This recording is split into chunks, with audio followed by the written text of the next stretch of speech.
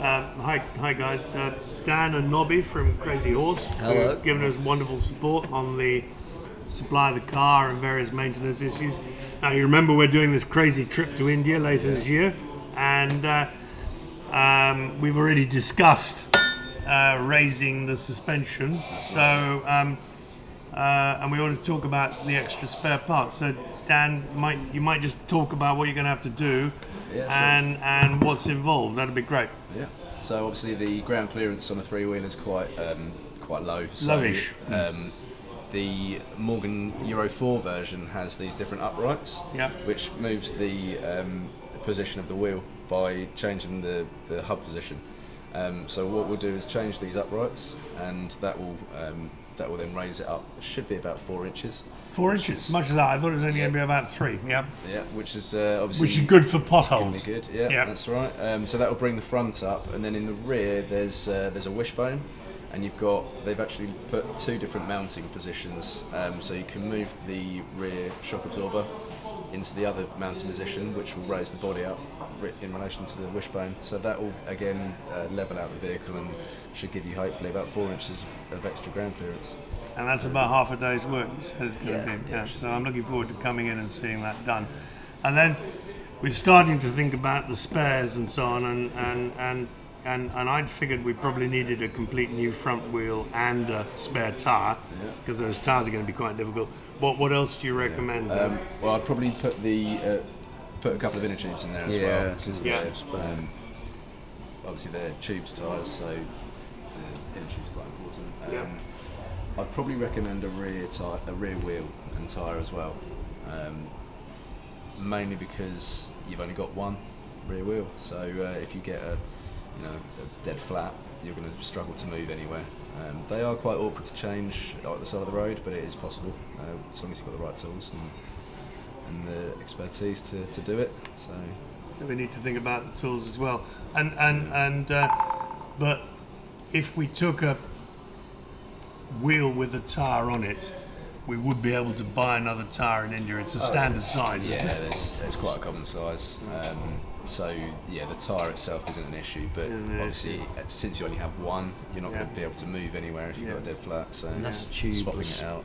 Yeah, the rear tyre is tubeless. Yeah. So then Nobby, we're beginning to think about a spares list, and in my simple way, I reckon we might need a drive belt or 2, because the dust would be pretty crippling. They're pretty robust, but I mean, you'd certainly want one spare. One drive belt. Air filters. Oil filters? Oil replacement? Well, it would be good to take, because they're a little bit of a specialist filter, so it would be just in case you have to. Okay.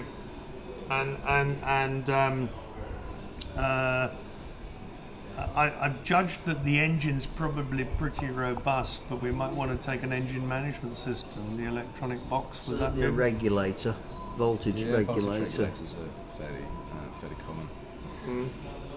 Full engine management system? What do you think? I haven't had any failures really of the ECUs. They're quite strong ECUs as well. Right. So ECUs. I don't think you'd need one of those particularly. Especially if there's any heat involved, the voltage regulator. They're probably the weakest components. Not that they give much trouble, but probably worth getting a cam belt. Just you might get a stone in there and knock it off. Luckily, they're non-interference engines, so even if the cam belt did snap or let go, it's not going to destroy the engine. Which is good news. And when I was at your reception, was it last December or November? End of November, wasn't it? Yeah.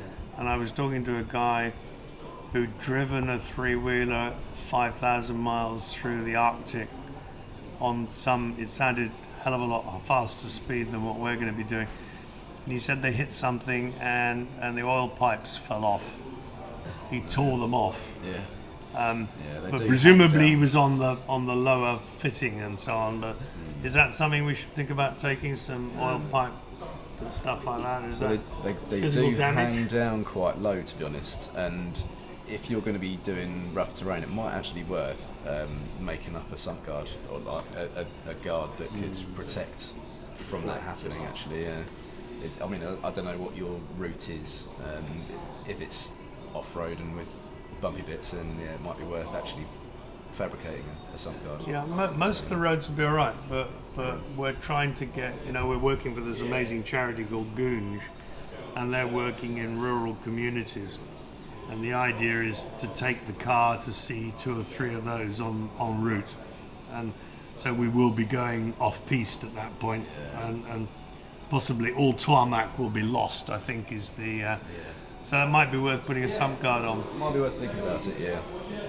Is that something you can make up easily? Or? Yeah, it should be fairly straightforward to do. Just pretty much just a sheet of metal that's strong enough. We supply sump guards for the aeros, and something similar to that would be... Well, the aeros are legendary out there for taking stuff out. Yeah. Okay, so raising the suspension, putting a sump guard on should be... Anything else you can think of? That spark plugs, possibly, because the fuel quality could be... Yeah, we've already registered that there will be parts of the route where we can't get anything better than about 89 it could RON. be. So we're going to have to map the fuel stations with the right supply. You can get good stuff in the cities, but once you're out on the road, and the average leg will be about 250, 280k, which is just about the limit of the tank for the...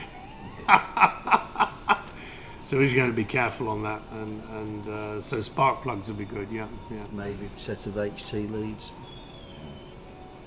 Well, it'd probably be worth trying to get some octane booster when you're out there as well. Yeah, we're talking with Peter about that, and is there a particular brand that you recommend or not? I think so. I think they're all much the same, to be honest. Yeah. I mean, the ECU will compensate to a certain extent for fuel quality. So if the engine starts to knock, it will recognise that and just recognise it and adjust the timing, but it's got a limit to it. Yeah. Yeah. So some of the fuel is really bad. Is the answer? That's the worry. Yeah. But I don't think there's any harm in having octane booster in each fill up. So that would, that would be beneficial. Good insurance. Yeah. Anything else? High pressure fuel lines, sometimes they've gone, haven't they? Yeah, so they run underneath the vehicle, front to rear, so yeah, it'd probably be worth, because if that gets caught again... you're going to grind to a halt. Yeah. Because I've found somebody to ship the car, so that's good, going in a 20-foot container. We haven't quite solved what happens to it when it gets to Mumbai before we arrive, but we're working on that. So the parts can all go in the container. It's going to be a dedicated container, so it's not a problem. That's fantastic. Thank you, guys. I'll type that up, and we'll wing in the order for you, so you start to get the parts in, and probably in 6 or 8 weeks' time we'll come in and get that fixed. Is that okay? Yeah, lovely. Super. Just, give Louis a ring. And Dan, Nobby, thank you. Sorry we missed Louis.